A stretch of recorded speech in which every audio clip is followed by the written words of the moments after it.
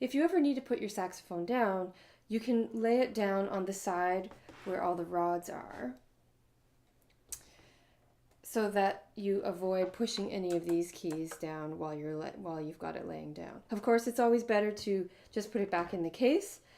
And when we take it apart the opposite way that we put it together. And if you remember, the last thing we did was we took the neck, which already had the mouthpiece, reed, and ligature on it, and we put that into the instrument.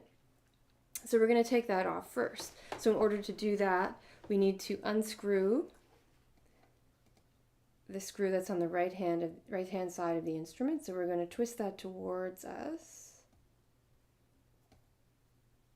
And then when that's loose enough, I can wiggle out the neck.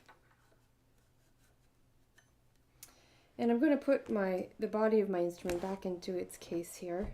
I'm going to let this rest here for a second while I get the end cap. So remember, I talked about the end cap, which protects this metal rod here, part of the octave mechanism. So I always put that back on when I put it back in the case, so that when I'm walking around with my saxophone or I'm traveling, it protects that octave mechanism, that rod there.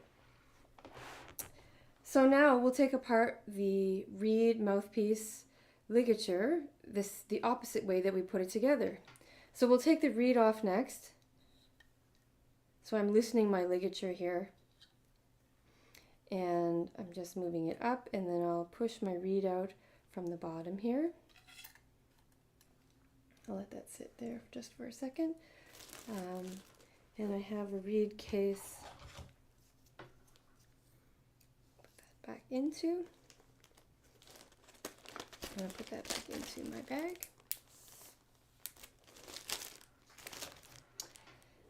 Next, I'm going to take my ligature off. And now you see there's some moisture inside my mouthpiece and probably my neck as well.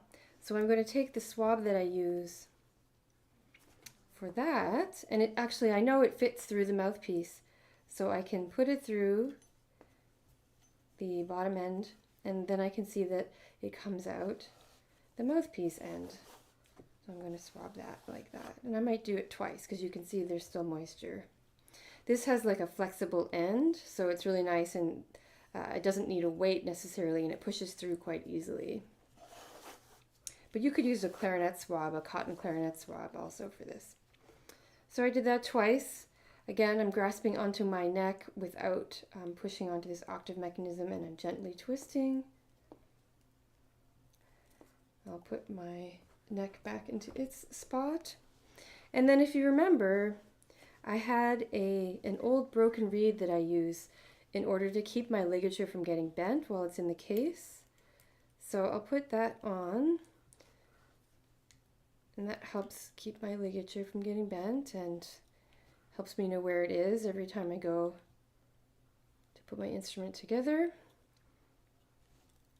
So I'll just loosely tighten those, put my cap back on, and put that back in there. So now I need to swab the body of my instrument, so the main part of the instrument. So in order to do this, we put the swab in the bell end first.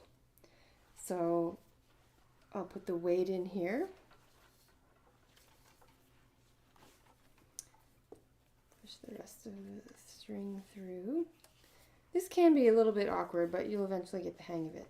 Now I'm making sure that my swab is not bunched up at all, because we want it to go through smoothly. So then I'm just laying it in there, putting my end cap away for a second. Then I'll tip upside down, and when I do that, I'm hanging onto the bell. I'm going to tip it, and sometimes I have to shake it a little. Now you see it's not coming out.